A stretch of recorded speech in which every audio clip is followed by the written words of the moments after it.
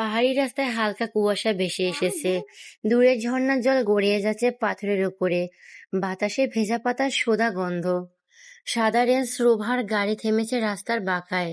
গাড়ি থেমে নামলো আকাশ কাঁচির উপর। ঝলমল করা সানগ্লাস সরিয়ে সে চারপাশের দিকে তাকালো। দিনও, অথচ রহস্যময় চেহারায় যেন পাহাড়ের সবকিছু তার চোখের নিচে পড়ে। তার শার্টে সাদা কাপড়ে ভেজা বাতাসের ছোঁয়া, আর কোমরে কালো বেল্টের ঠিকানা, সব মিলিয়ে এক ধরনের প্রভাব ফেলেছে। আজ আকাশের চোখে এক অদ্ভুত উত্তেজনা। কিছু একটা তাকে ডেকে নিয়ে এসেছে।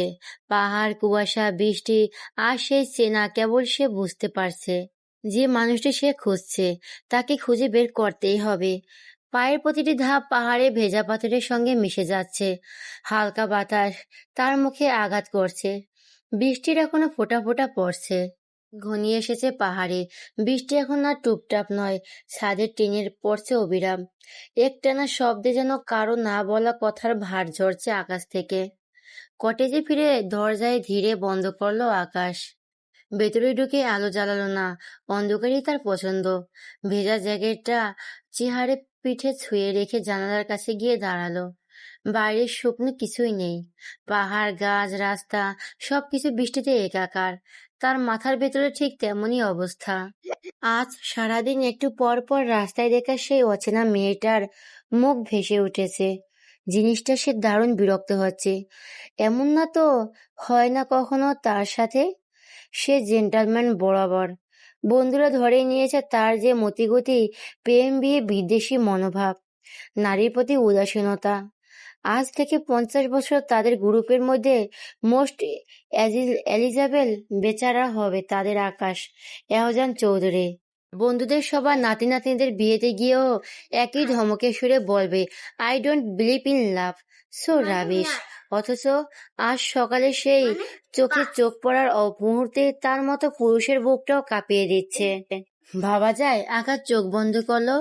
এই মুহূর্তের জন্য মনে হলো সে নিয়ন্ত্রণে নেই নিজের। আর আজ শান্ত। বৃষ্টির ছোঁয়া এখনো মাটির গায়ে, তবে আকাশ পরিষ্কার। আবহাওয়া অধিদপ্তরের বনানীতে আজ বুড়ো আঙুল দেখিয়ে রোদ ওঠার সম্ভাবনা 70%। প্রিয়া খুশি হবে কিনা বুঝতে পারছে না। কিছু প্র্যাকটিক্যাল সাইন করাতে কলেজে যেতে হবে আজকে। মনটা এখনো ভালো হয়নি তার। সে একটু পর বেরিয়ে যাবে অফিসে। ছুটির পর নতুন প্রজেক্ট নিয়ে আজ তার প্রথম দিন অফিসে। কে জানে ব্যস্ততা কতটুকু ফিরতে কতক্ষণ লাগে। প্রিয়া চটপট ফোন করে তার ফ্রেন্ডগুলোকে। একেবারে রেডি হয়ে নিচে নেমে এলো সে। গতকাল মায়ের রান্না করে রেখে যাওয়া খাবারগুলো ইতিমধ্যে শিয়া গরম করে টেবিলে রেখে দিয়েছে। পিউ, খেয়ে নিস বোন প্লিজ। আমি এখন কিছুতেই সার্ভ করতে পারবো না। দেখ, 9টা অলরেডি বেঁচে গেছে। আমাকে বের হতে হবে। তা খাবো। তুমি খেয়েছো? জ্যাম পাউরুটি খেয়েছি হালকা, আর কিছু খাওয়া আমার একদম সময় হবে না এখন। তুই খেয়ে নিস। প্রিয়াকে আর কথা বলার সুযোগ না দিয়ে ব্যাগটা হাতে নিয়ে শিয়া হুড়মুড় করে বেরিয়ে যায়। প্রিয়া টেবিলে বসে খাবার খেতে শুরু করে। খাবারগুলো একদম গলা দিয়ে নামতে চাচ্ছে না। বাবাকে ছাড়া সে কখনো নাস্তা করে না একা একা, অথচ আজ পুরো বাড়িতে তারা দু বোন একা। সে ধীরে সুস্থে হালকা খেয়ে বেরিয়ে পড়ে কলেজের জন্য। পিউ, এসেছিস তুই? প্রিয়া একগাল হেসে দৌড়ে আসতেই অপর 5জন জাপটে ধরল প্রিয়াকে। রিমি তার বেস্ট ফ্রেন্ড। সে ছোট্টবেলা থেকে একসাথে বড় হয়েছে। ইউনিভার্সিটিতেও একসাথে থাকার জন্য প্ল্যান, আর চেষ্টা কমতি নেই কারোর। মেয়েটা তার সব পাগলামির সঙ্গী। অবস্থা সেটা বল। পড়াশোনা আমার ভাল লাগে না। পড়াশোনা বিষের বড়ি। পড়াশোনা জ্বালায় মনে হয় গলায় দড়ি দিমু। প্রিয়ার এহেন গানে দুজনই আকাশ পাতাল এক করে হাসতে থাকে। যা বলেছিস, এই এক্সামগুলো শেষ না হওয়া অবধি শান্তি নেই। আমার মায়ের মতিগতি এখন যে বাথরুম করতে গেলেও কয়, অন্তঃপর অতক্ষণ বাথরুমে সময় পর না নষ্ট করে পড়তে বয়। কেমনটা লাগে বল, প্রকৃতির ডাকে সাড়া দিয়ে আর এত সহজে উপেক্ষা করা যায়? তা সে যতই জন্মদাত্রী মা হোক না বা পিতা। রিমির কথায় প্রিয়া হাসতে হাসতে গড়াগড়ি খায় কলেজের মাঠে। তুই তো তাও বাঁচলি। অঙ্কের আন্টি এখন প্রেশার দিবে না। মেরে কিয়া হোগা কালিয়া। আরে, আর তো 2 মাসই, তারপরে অ্যাডমিশনের ঝামেলা শেষ হলেই বেঁচে যাই বল। রিমু ভাবুকের মতো মাথা নাড়ায়, মুখটা দারুণ গম্ভীর করে বলে, বুঝলি পিউ, তোর জন্য পাত্র দেখতেছি আমি। আমার ভাইটা বড় হলে এত সমস্যাই ছিল না। বাপ মা খালি আমার আগে ওরে ডাউনলোড করলে এত সুন্দর একটা পাত্রী হাতছাড়া হওয়ার ভয় থাকতো না আমার। ধুর, হয়েছে হয়েছে, ধুর, হয়েছে হয়েছে, তোর এই কথা আমি হাজারবার শুনেছি। চল এখন ভিতরে চলে, ঝামেলা শেষ করে আসি। দুজন দুজনের কাঁধে হাত রেখে হেলে দুলে খিলখিল করতে করতে ক্লাসে চলে যায়। মিটিং রুমে বসে আছে, এখন অবধি এখনকার অফিসের কাগজপত্র এসে পৌঁছায়নি। অয়ন, আকাশ সবাই বিরক্ত, মুখ দেখে স্পষ্ট বোঝা যাচ্ছে প্রথম দিনই এমন উদাসীনতা। আশ্চর্য। অয়ন এবার দাঁড়িয়ে পড়লো, রাগান্বিত স্বরে জিজ্ঞেস করলো, আপনাদের এখানকার এমপ্লয়িরা কি সবাই রোজ রোজ এত দায়িত্বহীনতা পরিচয় দেয়? স্যার, এরকম হয় না কখনো। স্যার প্লিজ 10 মিনিট টাইম দিন, আমি আমার এমপ্লয়িকে কল করছি।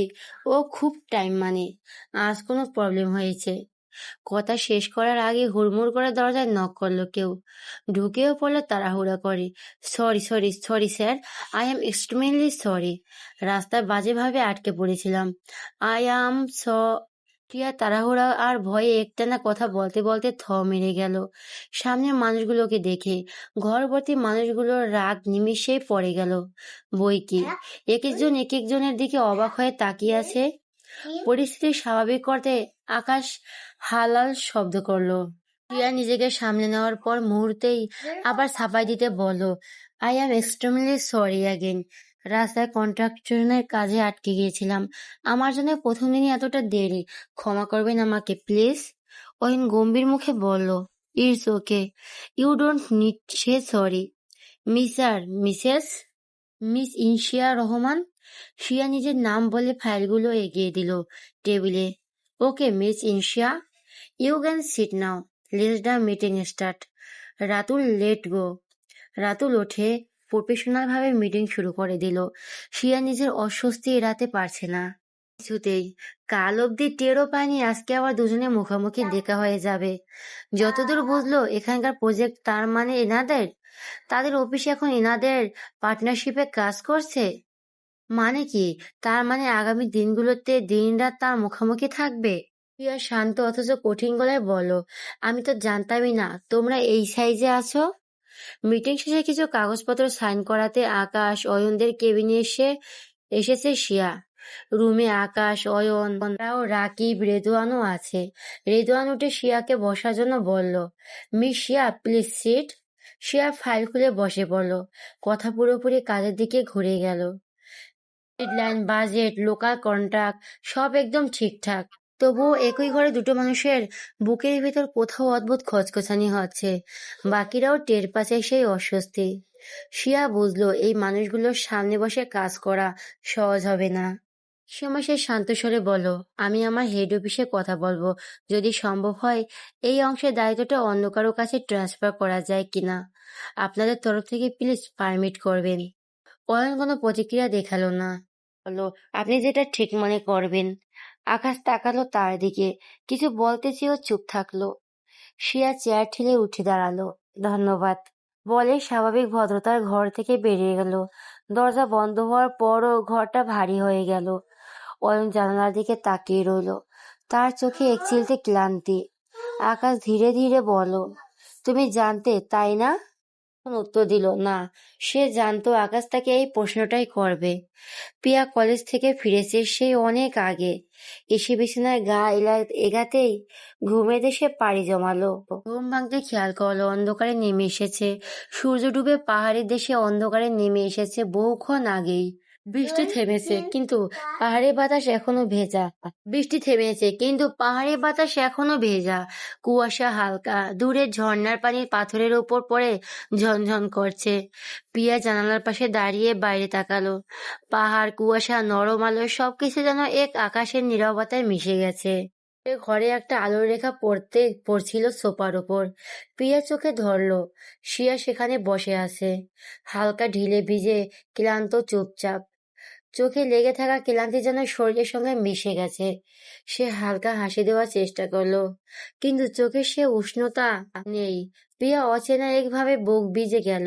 সে অনুভব করলো শুধু চোখের সামনে বসে থাকা মানুষটা ভিতরে কতটা ভার আছে, কতটা নিঃশব্দ। একটা অজানা অদৃশ্য চাপ। ধীরে ধীরে সে সোফার পাশে বসলো। আপু, আজও খুব ক্লান্ত লাগছে? শিয়া মাথা নেড়ে হালকা হেসে দিল, কিন্তু হাসিটা চোখে পৌঁছালো না। শিয়া চুপচাপ তার হাত পাশে রাখলো, না টানলো না শক্ত করলো, শুধু উপস্থিতি। রেস্ট নাও, চা আনবো? শিয়া বোনের মুখের দিকে তাকালো। মায়াবী বোনটা তার ঘুমের ফলে মুখটা ফোলা ফোলা। হেসে বলল, নিয়ে আয়। প্রিয়া খুশি হয়ে গেল। এক দৌড়ে যাবে, এক দৌড়ে আসবো। বসো। সকাল সকাল রেহান রাতুলদের জোড়াজুড়িতে বের হতে হয়েছে আকাশদের। প্রজেক্ট এট অফিসিয়ালি কাজ শুরু হতে আরো 2 দিন। তারা এখানে এসে পৌঁছেছে 3 দিন হলো। বৃষ্টি, কাজ গুছিয়ে নেওয়া সব মিলে বের হতে পারেনি। আজকে তারা জোর চেপে ধরেছে আকাশ অয়নকে। যাই হোক না কেন আজ বের হতেই হবে। অজ্ঞাতা সকাল সকাল ব্রেকফাস্ট করে জিপ নিয়ে বেরিয়ে পড়েছে সবাই। রাস্তার 2 ধারে বড় বড় গাছ, জঙ্গল, বৃষ্টিতে গাছগুলো সতেজ। পাহাড়ে অনেকটা কাছাকাছি বলে মনে হচ্ছে কোনো এক মেঘের দেশে। পাহাড়ি আঁকাবাঁকা রাস্তা ধরে এগিয়ে চলছে জিপ।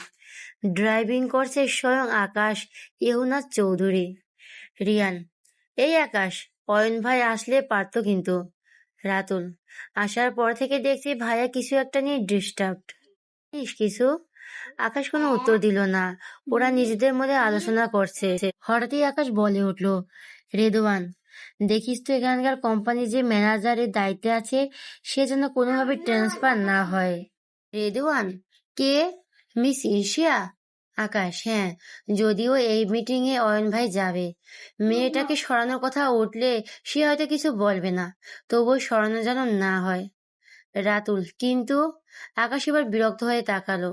তোর প্রশ্ন করা বন্ধ করবি? আর রাতুল, তোরও কি ওদের মতো সবসময় চড়ে থাকে?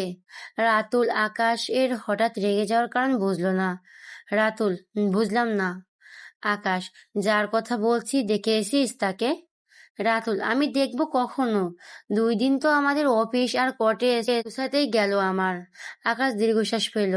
সত্যি তো? রাতুল জানবে কিভাবে? সে তো সেদিন মিটিং এ ছিলই না। দেখিসনি? দেখে নিবে কাল গিয়ে। আর মেয়েটা যেন ট্রান্সফার না হয়। রাতুল ঘাড় নেড়ে সম্মতি জানালো। পাহাড়ের গা ঘেঁষে গাড়ি চলছে। রেদওয়ান গলা ছেড়ে গান গেয়ে উঠল। সবাই তার সাথে গলা মেলালো। গাড়ি এখন রিয়ান চালাচ্ছে। আকাশ পাশে বসা, চোখে কারো সানগ্লাস, হালকা অফ হোয়াইট শার্ট। চুলগুলো বাতাসের সাথে সাথে দৌড় উঠছে পিছন দিকে। আর পেছনে রাতুল, রেদওয়ান আর রাকিব।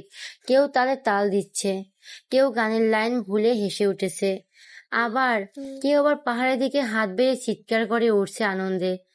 পাহাড়ি হাওয়ায় ভেসে যাচ্ছে তাদের গান আর হাসি, যেন পুরো পথটা তাদের উল্লাসে ভরে উঠেছে। এই দাঁড়া দাঁড়া নিশি কল দিচ্ছে, একটু আওয়াজ কম কর বাপ। রেদওয়ানের কথায় গান বন্ধ করলো সবাই। নিশি রেদওয়ানের গার্লফ্রেন্ড, ওদেরও ফ্রেন্ড, একই গ্রুপের সবগুলো। ওদের গ্রুপে 2জন মেয়ে, নিশি ছাড়াও বাকি আরেকজন রাখা। রাখা রাকিবের প্রিয়তমা। একসাথে বন্ধুত্ব থেকে শুরু করে পূর্ণয় পরিণত হয়েছে আরো বেশ কয়েক বছর আগেই। তাদের মধ্যে আপাতত ব্যাচেলার আকাশ এবং রাতুল রিয়ান। রিয়ানের যদিও বিশাল ছ্যাঁকা খাওয়া লাভ স্টোরি। 3 বছর আগে তার ভালোবাসা তাকে বিয়ে করে নেয় কোনো এক বড়লোক আদুরে দুলালকে। তারপর থেকে সেও এ অবধি আর বসন্ত আসেনি তার জীবনেও। রেদওয়ান কপাল কুঁচকে নিচ্ছে বারবার। বাকিরা বোঝার চেষ্টা করছে বিষয়টা। নিশ্চয়ই আবার কোনো ঝামেলা হবে এদের। এদের রিলেশনশিপের ঝামেলা নিত্যদিনের। রেদওয়ান কল কাটতেই রাতুল গম্ভীর হওয়ার ভান নিয়ে করলো, দোস্ত, এটা 612 নাম্বার। রেদওয়ান বুঝতে না পেরে ভুরু উঁচু করে জিজ্ঞেসসূচক ভঙ্গি করে, না মানে তোদের ব্রেকআপ নাম্বার 612, তাই মনে করিয়ে দিলাম আর কি। বাকিরা হো হো করে হেসে উঠল। এর মধ্যে নিশি রেদওয়ান আর কম করে হলো 10বার ব্রেকআপ হওয়ার ওরা দেখে অভ্যস্ত। রেদওয়ান মুখ বাঁকিয়ে বলল, বাজে বকিস না তো, ওরা আসছে বলল। সবাই এবার থ মেরে গেল। আসছে মানেটা কি? আসছে মানে আসছে, বলো তাদের ছেড়ে আমরা টোর দিচ্ছি, এটা তারা মানবে না। ওরা 2জন সাথে ওদের আরেকটা ফ্রেন্ডকেও নিয়ে পরশু রওনা দিচ্ছে, পৌঁছাচ্ছে এখানে। রাকিব বিরক্ত স্বরে বলো, আমারটা তো আমাকে বললো না কিছু, এই ঝামেলাগুলো আবার এখানে কি করতে আসছে? আকাশ কিছু বলল না। এরা মেয়েগুলোকে যতটা ঝামেলা মনে করে ততটা একদম নয়। প্রেমিকা আসলে এদের মনুষ্য জীবন কাটাতে হবে নিয়ম মাফিক, সেটাই এরা বিরক্ত। তাকে বিরক্ত হয়ে বলো, আমরা এখনো গুছিয়ে উঠিনি, ওদের রাখবো কোথায়? কটেজটাও তো পুরো পরিষ্কার হয়নি। বলিসনি থাকার সমস্যা এখন? রেদওয়ান চসূচক শব্দ করে বলো, আমাকে কি তোর এতই জেলপ্রিয় মনে হয়? ওদের নাকি কোনো আদিম বেস্ট ফ্রেন্ড এখানে থাকে, তার কাছে উঠবে সবাই। রাতুল যেন হাঁপ ছেড়ে বাঁচালি তাহলে, না হলে এনাদের বায়না খাটাতে হাঁপিয়ে যেতাও। আবার এক দফা শব্দ করে হেসে উঠল সবগুলো। এই রিয়ান, গাড়িটা সাইড কর না একটু, দেখছিস কি জোশ ভিউ। রাকিবের কথায় রাস্তার কিনারে জিপ সাইড করে দাঁড়ায়। সমতল থেকে অনেক উঁচুয় রাস্তা, নিচে গভীর খাদ, সামনে অদূরে পাহাড়ের দূর আর মেঘ ভেসে বেড়াচ্ছে। সবাই ফটোগ্রাফিতে ব্যস্ত। আকাশ জিপে হেলান দিয়ে দাঁড়ালো, সানগ্লাসটা খুলে হাতে নিয়ে চুলগুলো হাত দিয়ে ব্যাগ বিলাস করে পিছনে ঠেলে দিল। রিয়ান সিগারেট ধরালো, পাশে দাঁড়ালো আকাশের একই ভঙ্গিতে। সিগারেটটা অভ্যাসসূচক আকাশের দিকে বাড়াতেই আকাশ হাতে নিল। রিয়ান অবাক হলো বই কি, সিগারেট ধরিয়ে ব্রাগানোর জন্য আকাশকে সাদা তার স্বভাব। আকাশ এ যাবৎ কালে দু একবার হাতে নিয়েছে, তখনই বোঝা গেছে কিছু নিয়ে সে দারুণ চিন্তিত। রিয়ান ফুরুকুসকে জিজ্ঞেস করলো, কি রে, কিছু হয়েছে? হুম, কিছু হয়েছে? হয়নি কিছু। তবে সিগারেট হাতে নিলি যে? তেমন কিছু না, শিয়াকে নিয়ে ভাবছিলাম আর কি। রিয়ান বুঝলো আকাশের চিন্তার কারণ, তবু শুধু শিয়া ঘরটি বিষয় নিয়ে তার একটা চিন্তার কারণ তো দেখছে না সে।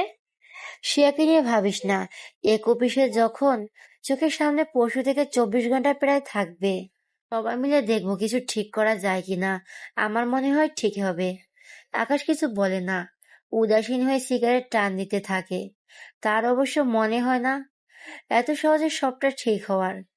যেটা 6 বছর আগে ঠিক হয়নি, সেটা এখন এসে ঠিক হওয়ার সম্ভাবনা খুব কম। কে জানে, অভিমানের পাহাড় আরো অভিমানে ছেয়ে গিয়েছে।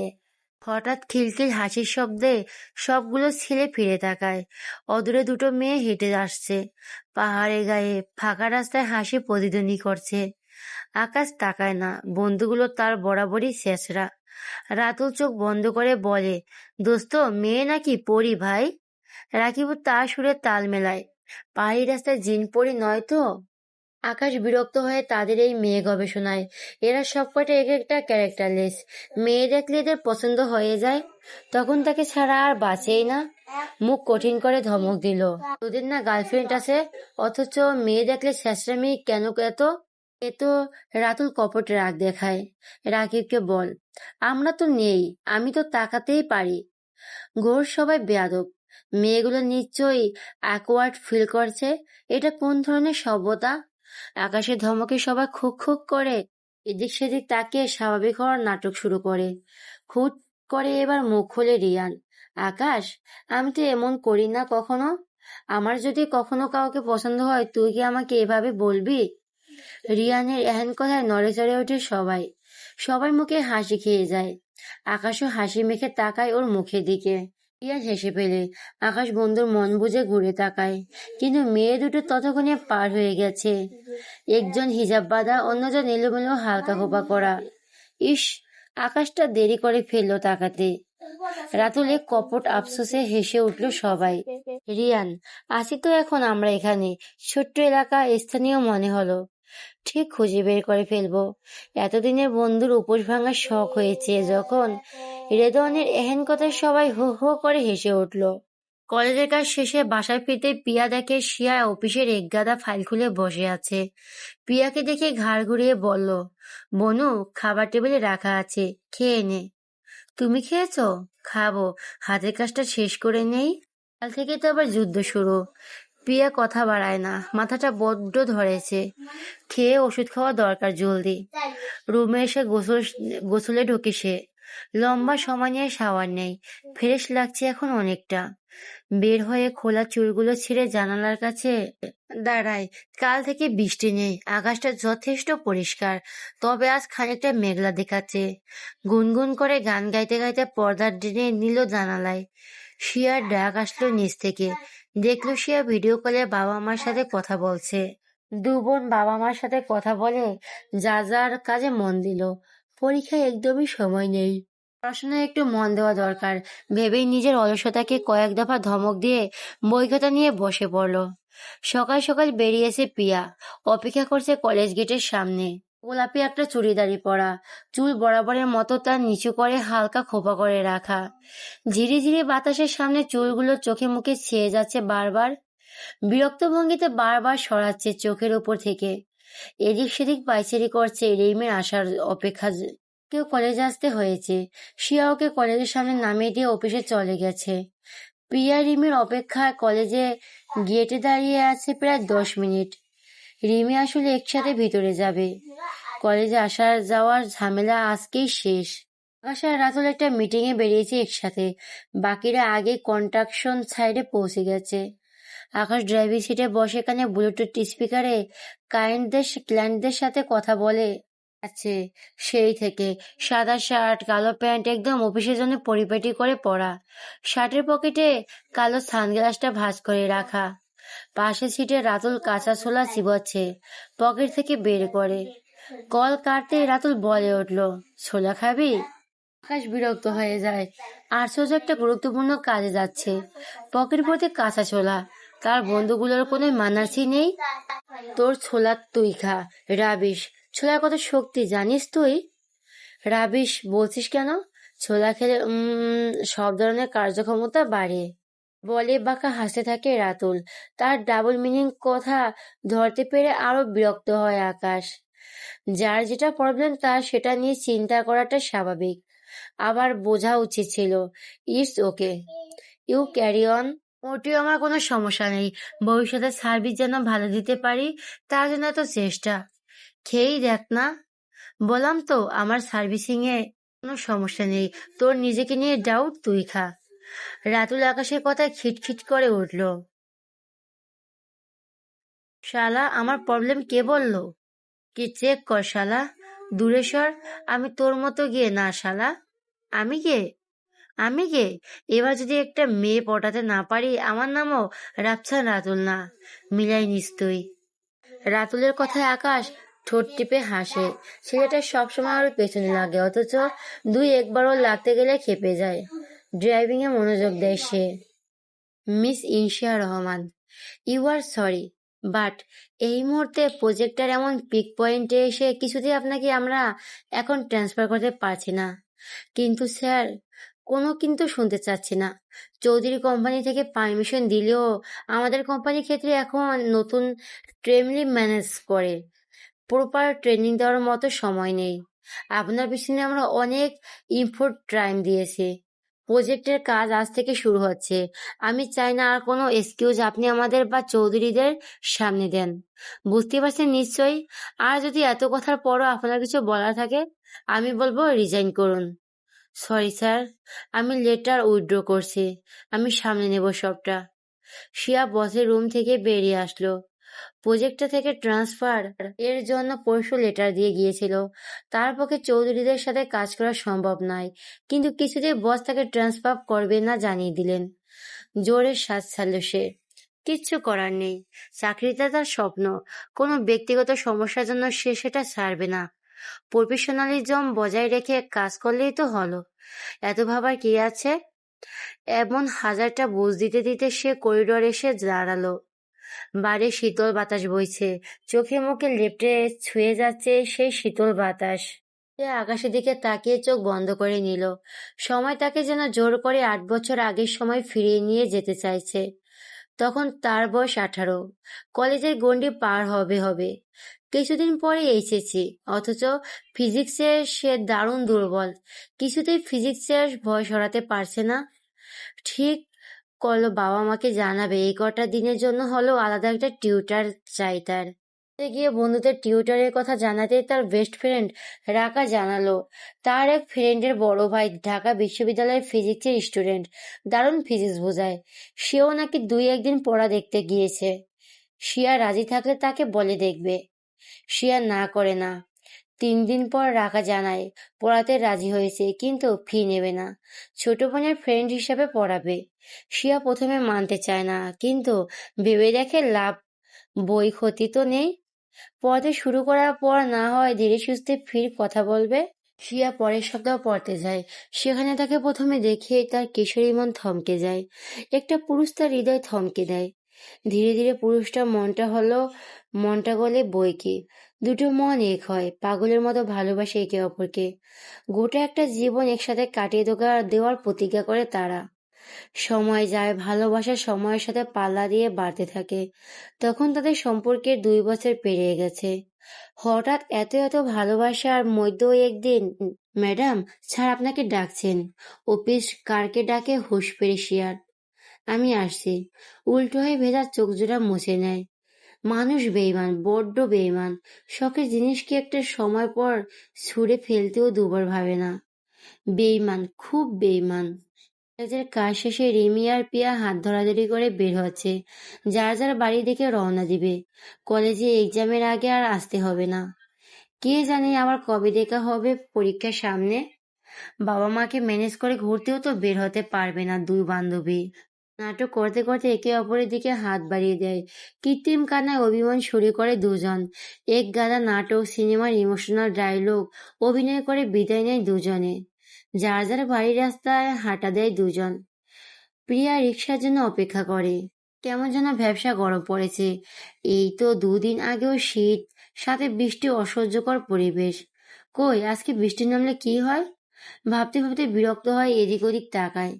ভর দুপুরে কোথাও রিক্সা দেখা যাচ্ছে না। ফর্সা মুখ গরমে লাল টমেটোর মতো লাগছে। অনবরত ঘামছে।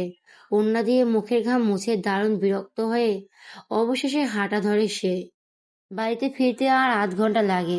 ঘড়িতে এখন বাজে বেলা 2টা বেজে 16। আপু নিশ্চয়ই এত জলদি ফেরেনি। রুমে গেটের সামনে এসে ব্যাগে হাত দিতেই আবার চমকে ওঠে সে। সর্বনাশ, সকালে তো সে তাড়াহুড়া চাবি নিয়ে বের হয়নি। পিয়ার এবার হাত পা ছড়িয়ে সিঁড়ির উপর বসে। ব্যাগ হাতুড়ে ফোনটা বের করলো। নাম্বারে ডায়াল করে। বারবার রিং বেজে যাচ্ছে, কেউ ফোন তুলছে না। টানা কয়েকবার বোনকে ফোনে না পেয়ে পিয়া এবার কান্না পেয়ে যায়। একদিকে দারুণ খিদে পেয়েছে তার উপর অসহ্য গরম। নিজের উপরই রাগে তার গা জ্বলে যায়। বাগানের ট্যাপ থেকে হাত মুখ ধুয়ে বের হয় সে। সামনের দোকান থেকে একটা কেক আর পানির বোতল কিনে রিক্সার জন্য অপেক্ষা করে। সে আর অফিসে যেতে হবে, সেটাও তো এখান থেকে ঘন্টা খানিকের পথ। আর শহরে জ্যাম তো আছেই। ইনশিয়া, স্যার বলুন। আমাদের এখন প্রজেক্টের সাইডে যেতে হবে। আজ থেকে ওখানে আমাদের কাজ। বলতে পারেন এসির নিচে বসে হাওয়া খাওয়ার দিন শেষ আর কি। মিটিং রুমে আকাশ, অয়ন সহ বাকিরা সবাই আছে।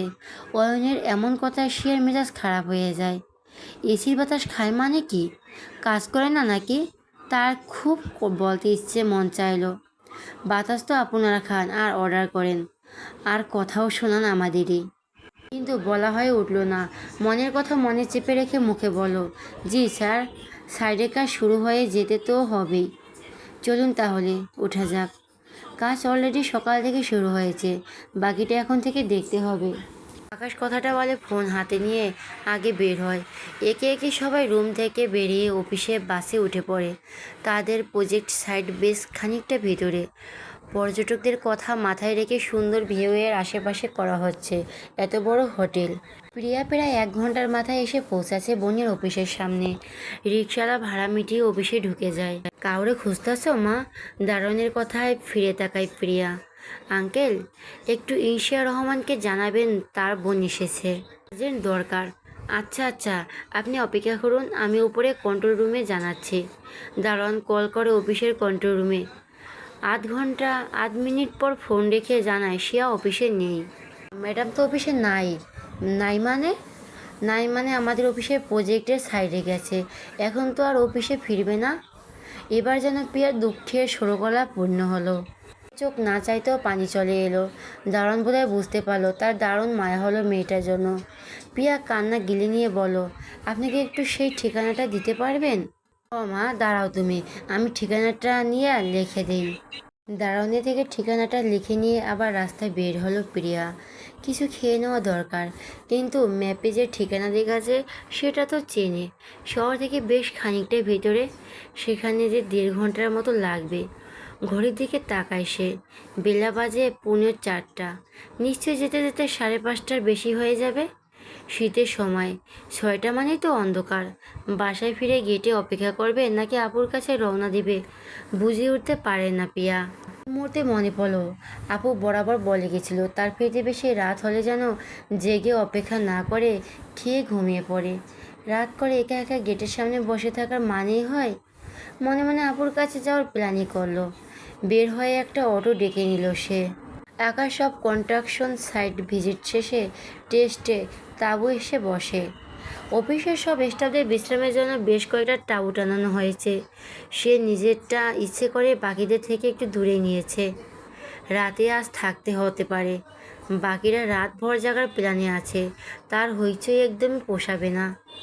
গায়ের শার্টটা খুলে চোখে মুখে পানি ছিটায়, মাথায় তার দপদপ করছে। বাবার ওপর তার খুব রাগ হচ্ছে। এসব অভ্যস্ত নাকি, আবার তাকেই নাকি সশরীরে সবটা দেখতে হবে। বিরক্ত হয়ে বেড়ে গায়ে লিয়ে দেয়। এ তো মহা সমস্যায় পড়লাম। এখানে কোন আক্কেলে এই 5 স্টার হোটেল বানানোর স্বাদ জাগলো বুঝি না। আপন মনে বিড়বিড় করতে করতে জঙ্গলের পাহাড়ের ধার বেয়ে ওপরে উঠেছে পিয়া। গুগল ম্যাপে তো আরও 2 মিনিট দেখাচ্ছে, অথচ এখনও তো মানুষজনের দেখা নেই। এই গুগল ম্যাপ জিনিসটাও আরেক পেশাদে। শিয়ার ফোনে যথারীতি রিং বেজে কেটে যাচ্ছে, কেউ ধরছেই না। আপু, তোর এই ফোন আমি যদি আজ বেঁচে থাকতে দিয়েছি, আমার নাম পিয়ানিশা রহমান না। হাত পা অবশ্যই আসছে তার। হাঁটতে হাঁটতে অন্ধকার হয়ে এসেছে আশেপাশে। এতক্ষণ আগে কিছু টের না পেলেও এখন ভালোই টের পাচ্ছে। সাথে দিনের সব ব্যবসা গরম ঠেলে ঠান্ডাটাও ভালোই পড়েছে। আর 5 মিনিটের হাঁটার পরে একটু দূরে একটা তাঁবু চোখে পড়লো তার। ভালো করে তাকানোর পরে বুঝলো ওই তাঁবু থেকে আর একটু দূরে আরও বেশ কয়েকটা তাঁবু। একটা দুটাতে হালকা আলো জ্বলছে। তার ম্যাপও এই ঠিকানায় দেখাচ্ছে সামনের মানুষ আছে আর সঠিক জায়গায় পৌঁছাচ্ছে ভেবেই সে হাঁপ ছেড়ে বাঁচলো। মহা উচ্ছ্বাসে হাঁটা ধরল তাঁবুটার দিকে। হুট করে একটা পুরনো ডালের সাথে পা জড়িয়ে হুমড়ি খেয়ে পড়ল। চিৎকার দিয়ে উঠল, ও মা গো! পরে গাছের গুঁড়িতে মাথা ঠেকলো। চোখের সামনে তারা দেখতে পেয়ে লাগলো। এমনিতেই সারাদিন না খাওয়া, তার উপর এত দূর হেঁটে আসার ফলে শরীর এমনিতে দুর্বল। সাথে সাথে জ্ঞান হারালো সে।